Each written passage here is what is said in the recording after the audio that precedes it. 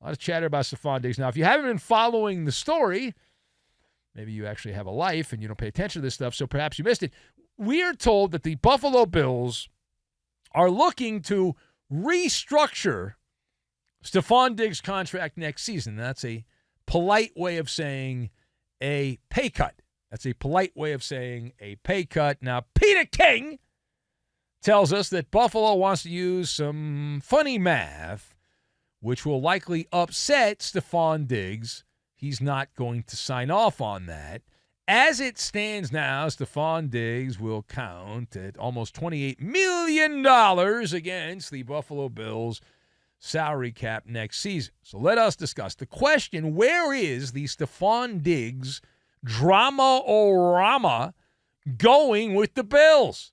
So I've got syndicated Gordon Ramsay and Elvis, and we will combine all of these things together, and we are going to make a funny bow tie is what we're going to make. So first of all, things are getting a little bit dicey already. I thought this would take longer to play out.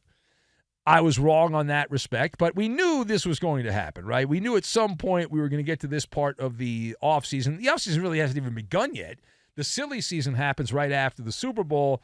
But as a distant relative of Nostradamus and friend of Nostradamus, he lives in Seattle, we foreshadowed the situation playing out involving Diggs and the Bills front office. Now, it's a big game of chicken. Bark, bark, chicken. Bark, bark, chicken. It's a big game of chicken. Don't worry, Eddie. We don't do drops anymore. So I can say whatever I want. But it's a big game of chicken because the Diggs camp is like, no, I'm not a dime less. And then the Bills are like, well, we have to do it because we want to have other players and we want to put good players around Josh Allen. So at this point, the chicken's coming home to roost. Bark, bark, chicken! Yeah, just like that. The Bills general manager, Mr. Bean, can turn to one of the longest syndicated television shows, longest running syndicated television shows out there, and get help. Divorce court. This is where this is headed. Divorce court. Stefon Diggs, divorce court with the Buffalo Bills. Breaking up is hard to do, but it's time. This is a natural breakup. Diggs isn't very good anymore. The Bills don't think he's worth the money. If they thought he was worth the money, they wouldn't have this conversation. They think he's not worth the money. And his performance on the field wasn't worth the contract. You can get a receiver out of the Canadian Football League and find somebody that will put up the kind of numbers that Stefon Diggs put up the last 10 games of the season. He did not have a 100-yard game in the last 11 times he suited up for Buffalo. Not one 100-yard game. He also failed to make any meaningful impact at all against Kansas City in that playoff game. And so you do the math on this, and until proven otherwise, Stefon Diggs is downgraded. He's a high-paid decoy at this point. Now, listen, decoys are fine, but you're not going to pay a lot of money for a decoy, are you? That's the decision. Now, the Bills, keep in mind, I'm a salary cap truther. And as I said, the Bills, if they wanted to keep Stefon Diggs, they'd find the money. They'd make the numbers work. But they don't think he's worth the money, so they want to get rid of him. And they're using the salary cap and a renegotiation as a means to an end to get rid of Stefon Diggs. He's 30 years old. His production has declined. And change of scenery guy, all that. All right, now. Secondly, headline from the NFL coaching carousel. The NFL coaching carousel as we expected another coach to be hired. I'd heard over the weekend there was going to be another coaching hire on Monday. Monday has come and gone. We're into Tuesday now, and so far, nothing. So far, nothing. And so what's going on? The Seahawks and Commanders have refrained from announcing a new head coach. Usually Monday after championship Sunday, that announcement comes down. For Washington, there's some real intrigue going on inside and outside the Beltway there. What's going on with the Washington team, formerly known as the Redskins, as it seemed like a fait accompli that Ben Johnson, the Lions offensive coordinator, boy wonder, the next great offensive mind in the NFL, Ben Johnson, was going to replace Ron Rivera on the sidelines in D.C. But alas, it has not happened. So far, radio silence. Radio silence out of D.C. The Lions offensive coordinator Ben Johnson has talked to the Seahawks, and that would lead you to believe that he has not been given the job in Washington. You don't need to be a genius to figure that out. And he has not been named the head coach of the Washington football team. So what does that tell us? What does it tell us that Ben Johnson, a week ago, it was reported he was going to be the head coach, and now he is not the head coach, not yet anyway. It tells us two words: palace intrigue.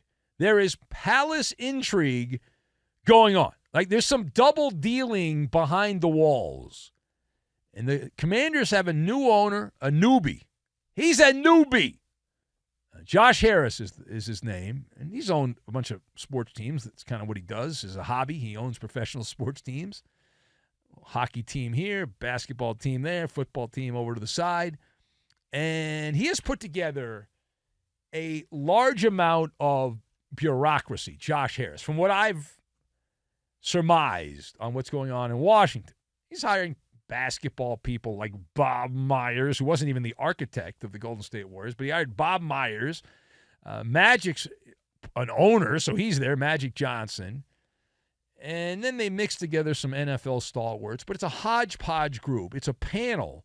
And you don't have to be Gordon Ramsay to know that this is a Hell's Kitchen situation, right? There's too many cooks in the kitchen, too many people who are trying to influence the outcome, try to control who ends up getting the head coaching job, and it affects the final product. Now, does that mean that Ben Johnson's not going to get the head coaching job? No, but it just means at this part of the story, there are people that are clearly pushing back on Ben Johnson. There is infighting in Washington. Otherwise, Monday morning, you text Adam Schefter, and he sends out a comment on X at 7 in the morning, and then we're off to the races, and ta-da! Ben Johnson is hired. He's introduced later in the week. That didn't happen, which tells you that there is a failure to communicate going on. All right, final thought. Now, if you're planning on going to the Super Bowl, good luck. Good luck. It's going to cost you an arm and a leg, literally. You're going to have to be like Van, the one-legged Bama man, and give your leg over to end up going to this. The cost of attending the Super Bowl is next level. I don't know if you saw this or not. How much? Get to the point, please. So Super Bowl 58, tickets, if you go back the last decade, they've surged almost 300%, 291%. The get-in price, the average get-in price for one ticket to Super Bowl 58, $10,000. $10,000. Now, occasionally the price of tickets go down before the game. The ticketing people are hyping this up as a once-in-a-lifetime experience. You can say you attended the first ever Super Bowl in Las Vegas and that this is special because it's unique and it's an experience and all that. So, the cost, $10,000. Would you spend $10,000 if you cared about the 49ers or the Chiefs to go to the Super Bowl? I got to tell you. I don't care about the Chiefs or the 49ers, but I would not spend $10,000 on an experience. No. What I would do, if you had that kind of money to blow, you spend the $10,000, you buy a great television, you have a massive party with all your friends and family. Boom, done. Now, I'm not a big party guy, but if you are, I'm an introvert, but you're an extrovert, then you can have that big party, have a grand old time. But if I spent $10,000, plus you got to include the other costs. You got to include the travel, airfare, hotel, ground transportation. You're looking at $12,000 minimum per person to go to the game. If I spent $12,000 to attend a 3.5-hour sporting event, I would need an Elvis Presley bottle of Valium is what I would need. A big pill bottle filled with Valium to calm me down. My God. And from what I read about this, the average, if you go by the average salary in Kansas City, it's about a little less than 25% of the average yearly salary you'd have to spend to go to the Super Bowl. In San Francisco, it's a little less. I guess they're counting all the tech millionaires in the Bay Area, not the people that actually clean the toilets that aren't making that kind of money, but about 17% if you live in San Francisco. But my goodness.